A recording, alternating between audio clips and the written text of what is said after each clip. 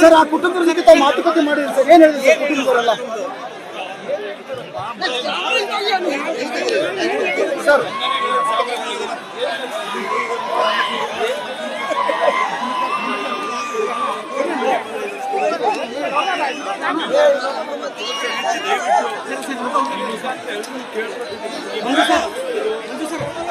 Vehicle change ಮಾಡ್ಕೊಂಡು ಬರೋದು,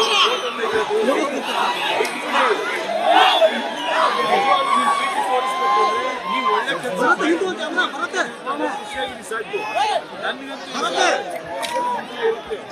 ಬೆಳೀತಾ ಬೆಳೀತಾ ನಮಗೂ ಏನನ್ಸುತ್ತೆ ಅಂದ್ರೆ ನಿಜ ಹೇಳ್ತೀನಿ ಕೇಳಿ, ಆದಷ್ಟು ಕಡಿಮೆ ತೋರಿಸ್ಬೇಕು.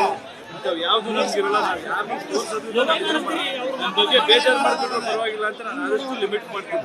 ಅವ್ರು ಟೈಮ್ ವೇಸ್ಟ್ ಮಾಡ್ಕೊಂಡು ನಮ್ಮ ಬಗ್ಗೆನೇ ಯೋಚನೆ ಮಾಡ್ಕೊಂಡು ಇರಬಾರ್ದು. ನಾವೇನೋ ಕೆಲಸ ಮಾಡೋದ್ರಿಂದ ನೋಡಿ ಆಶೀರ್ವಾದ ಮಾಡ್ತಾರೆ, ಅವರು ಹಂಗೆ ಬೆಳಿಬೇಕು ಅನ್ನೋದು ನಮ್ಗೆ ಆಸೆ. ಪ್ರತಿಯೊಬ್ಬ ಅಭಿಮಾನಿನೂ ನಮ್ಮ ಬಗ್ಗೆ ಅಭಿಮಾನ ತೋರಿಸ್ಬೇಕು ಅಂದ್ರೆ ಅವ್ರ ಬದುಕಲು ಖುಷಿಯಾಗಿದೆ, ಅದೇ ನಮ್ಗೆ ಅಭಿಮಾನ ತೋರಿಸ್ತೀವಿ. ಸರ್, ಇವಾಗ ಸರ್ಕಾರ ಕೂಡ ಮೃತರ ಘೋಷಣೆ ಮಾಡಿದೆ, ಯಾವ ರೀತಿಯಾಗಿರ್ತಕ್ಕಂಥ ಸರ್ಕಾರ ಏನೋ ಒಂದು ಘೋಷಣೆ ಮಾಡೋದು ನಮ್ಗೆ ಖುಷಿ ಅರ್ಥ ಮಾಡ್ಕೊಂಡು ನಿಜವಾದ ಅವ್ರ ಕುಟುಂಬಕ್ಕೆ ಏನ್ ಬೇಕಾಗಿದೆ ಇವತ್ತು ಆ ಸಮಯ ಅಲ್ಲ. ಬಟ್ ನಾನಂತೂ ಅವ್ರ ಕುಟುಂಬಕ್ಕೆ ಏನ್ ಮಾಡ್ಬೇಕು ಹಾಗಂತ ಇದು ಯಾವುದೇ ಪಾಠ ಇದು ಆಗ್ಬಾರ್ದು. ಮುಂದಕ್ಕೆ ಕೇಳಿ ಯಾರೇನೇ ಮಾಡಿದ್ರು ನಾವು ಇದಕ್ಕೆ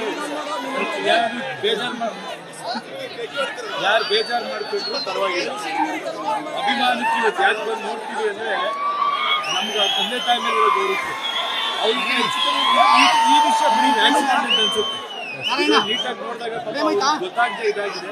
ನೀಟಾಗಿ ಕೇಳ್ಕೊಳ್ಳೋದು ಒಂದೇ, ದಯವಿಟ್ಟು ಯಾವುದೇ ಕಾರಣಕ್ಕೂ ನಮ್ಮ ಮೇಲೆ ಅಭಿಮಾನ ತೋರಿಸೋದ್ರಲ್ಲಿ ನಿಮ್ಮ ಪ್ರಾಣಗಳು ನಿಮ್ಮ ಕುಟುಂಬ ನಾವು ಖುಷಿಯಾಗಿಲ್ಲ. ಇದ್ರೆ ಈಗ ಬರಬೇಕಾದ್ರೆ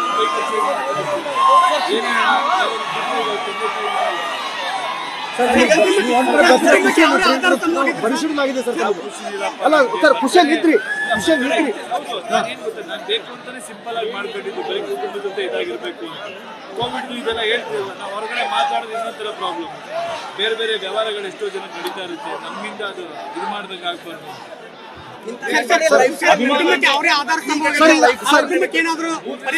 ಹೇಳಿದಾರಲ್ರಿ, ಹೇಳಿದಾರಲ್ಲ,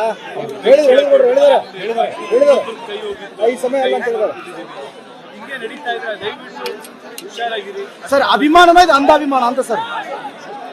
ಅಭಿಮಾನ ಹುಷಾರಾಗಿರ್ಬೇಕು ಸರ್. ಅಭಿಮಾನ ಏನು ಅಂತ ಸುರುಣಿಗಿ ಗ್ರಾಮದ ಯುವಕರು ತೋರಿಸಿದ್ದಾರೆ. ಹೀಗಾಗಿ ಅವರ ಒಂದು ಸ್ಮಾರಕ ನಿರ್ಮಾಣ ಆಗಬೇಕು ಘಟನಾ ಸ್ಥಳದಲ್ಲಿ ಅಂತ ನಾವು ಮನವಿಯನ್ನು ಮಾಡ್ತಾ ಇದ್ದಾರೆ ಸರ್. ಇದ್ರ ಬಗ್ಗೆ ಏನಾರ ಹೇಳಿದ್ರ?